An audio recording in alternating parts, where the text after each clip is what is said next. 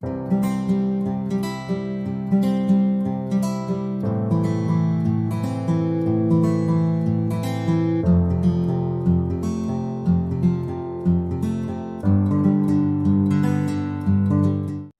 que a graça e a paz de Cristo estejam com você e a sua família. O nosso texto de hoje está baseado no texto de Paulo aos Romanos, no capítulo de número 15, nos versos 4 e 13. A palavra de Deus nos diz: pois tudo quanto outrora foi escrito para o nosso ensino, foi escrito a fim de que pela paciência e pela consolação das Escrituras tenhamos esperança. O verso 13 diz: e o Deus da esperança vos encha de todo gozo e paz no vosso crer, para que sejais ricos de esperança no poder do Espírito Santo.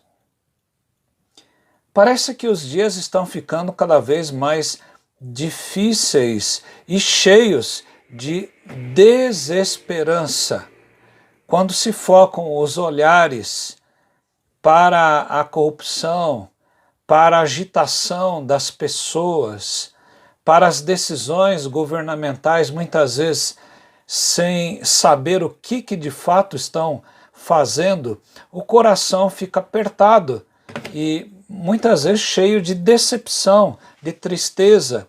E parece ser esse o sentimento que nos assola aqui neste momento.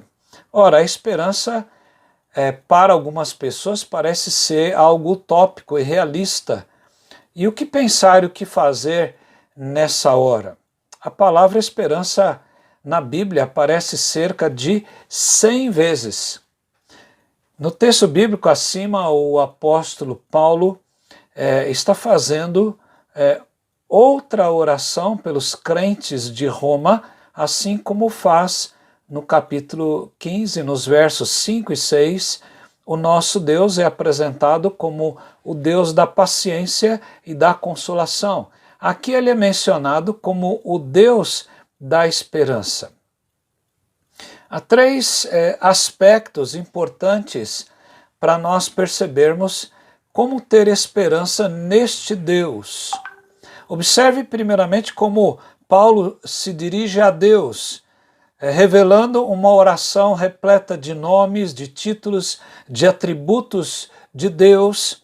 E ao se dirigir dessa forma, o apóstolo revela primeiro a sua compreensão de Deus, que se revela em diversas formas na vida do povo que é chamado pelo seu nome, povo de Deus. Em outras palavras, o apóstolo Paulo está dizendo, como o salmista no Salmo 119, no verso 49, lembra-te da promessa que fizeste ao teu servo, na qual me tens feito esperar.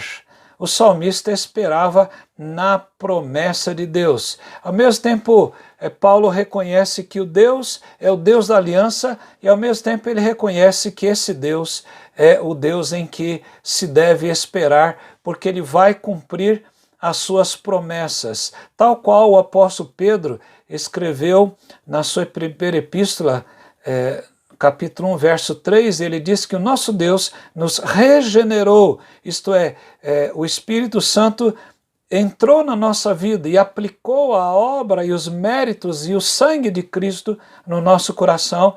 E Pedro então diz nesse texto, ele nos regenerou para uma viva esperança. Em segundo lugar, Paulo ora para que este Deus da esperança encha aqueles que são salvos por Cristo de alegria e paz na fidelidade de Cristo. Em Romanos 14, 17, Paulo já havia mostrado algumas distinções a respeito do reino de Deus. E ele fala primeiramente que aquilo que o reino de Deus não era, para depois dizer o que era de fato o reino de Deus. Primeiro ele diz que o reino de Deus não era comida nem bebida, isto é, coisas temporais. Em segundo lugar, ele diz o que o reino de Deus era: justiça, alegria e paz no Espírito Santo, coisas que são eternas. Ora, a paz e a alegria eram os frutos da justificação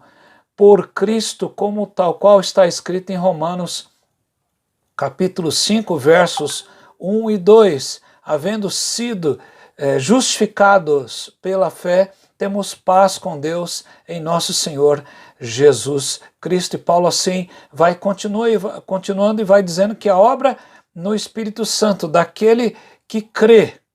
E veja que Paulo fala aos Gálatas, capítulo 5, quando ele fala do fruto do Espírito Santo naquele que foi regenerado, como o apóstolo Pedro diz que fomos regenerados para uma viva esperança. Paulo diz, mas o fruto do Espírito é amor, alegria, paz, e assim ele vai falando do fruto do Espírito. E ele continua dizendo até o verso 26, do 22 ao 26, contra estas coisas não há lei.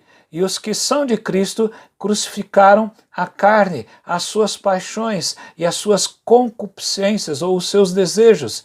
E Paulo continua aqui e termina: se vivemos no Espírito, andemos também no Espírito. Não nos deixemos possuir de vanglória, provocando uns aos outros ou tendo inveja uns dos outros. Em último lugar, Paulo ora para que este Deus da esperança faça que aqueles que creem em Cristo sejam ricos de esperança. Naturalmente, essa bendita esperança não poderia advir do homem. Ele pode tentar buscar a felicidade, e a felicidade é buscada por muitas pessoas, mas não devemos nos espantar que onde há maior suicídio são nos países mais avançados, como o Japão. E nas classes mais economicamente mais abastadas, as pessoas ricas são as que mais se suicidam. Então, se você for pensar na alegria, na felicidade que a pessoa alcança, na verdade, a bendita esperança não pode vir do homem. Ele pode fazer tudo, mas vai chegar uma hora que ele vai parar e vai refletir e não vai sentir prazer naquilo que ele conquistou, nos diplomas, nos bens materiais, nas casas, nos carros, nas propriedades, nas viagens, em tudo aquilo que ele está desejando, certamente aquilo não lhe traz felicidade. Então veja que essa bendita esperança não pode estar baseada no homem, mas está baseada em quem então? Em Jesus Cristo. Paulo fala aos Colossenses 2:3, ele diz: em quem todos os tesouros da sabedoria e do conhecimento de Deus estão ocultos. E esta riqueza na esperança da qual Paulo fala, naquele que crê em Cristo, é produzida pela força, pela autoridade e pelo domínio do Espírito Santo. E Paulo vai continuar aqui para que sejais ricos de esperança no poder do Espírito Santo. Note que o apóstolo não está dizendo para sermos ricos nas compensações da vida, como dinheiro, como bens ou prazer, mas no poder do Espírito Santo. Paulo chega a tal ponto que ele diz, quando fala da ressurreição aos Coríntios, 1 Coríntios 15, no verso 19, se a nossa esperança em Cristo se limita apenas a esta vida, somos os mais infelizes de todos os homens. Muitos crentes são fracos na fé e são rasos no conhecimento, por isso não são ricos na esperança. Ora, o desejo de Paulo em uma oração é que sejamos ricos em esperança. Calvino tem um significado todo especial para esta frase. E ele, então, para terminarmos, ele diz que o Deus em quem todos nós esperamos vos encha de gozo e de uma consciência tranquila, bem como de unidade e harmonia no vosso crer. Que o Deus da esperança o torne cada vez mais rico em esperança para a glória do seu nome. O que você de fato espera? Em quem você espera? Se Jesus Cristo não for a razão da sua esperança, você estará esperando em vão. Coloque o seu coração em Jesus Cristo. Espere em Jesus Cristo para a vida eterna. Contente-se com as coisas lá do alto e depois com aquelas outras coisas. Lembre-se quando Jesus fala em Mateus 6,33 que devemos buscar o reino de Deus e a sua justiça e as demais coisas nos serão acrescentadas. Geralmente as pessoas invertem as coisas, elas se alegram no trabalho ou no salário que é produzido pelo trabalho ou nas conquistas, mas o reino de Deus nada. O investimento no reino de Deus, nada muitas vezes. Será que essas pessoas serão alegres no Espírito Santo? Certamente não. É por isso que o mundo está numa tragédia, e o mundo está numa tragédia galopante, e há uma ruína eterna se ele não colocar a esperança no Deus da esperança. Que esse Deus da esperança te dê motivos para você viver, que dê motivos para você existir, que dê motivos para você cantar, louvar, para você acordar o dia e se alegrar nesse dia que você está recebendo do Senhor, e não para lamuriar por causa desse dia ou reclamar pelas situações quando você passa por dificuldades. Todos passam por dificuldades. Jesus disse, no mundo passais por aflições. Jesus não disse que nós estaremos isentos das aflições, mas ao contrário, ele disse que estareis conosco nas aflições. Ele disse que ele venceu o mundo.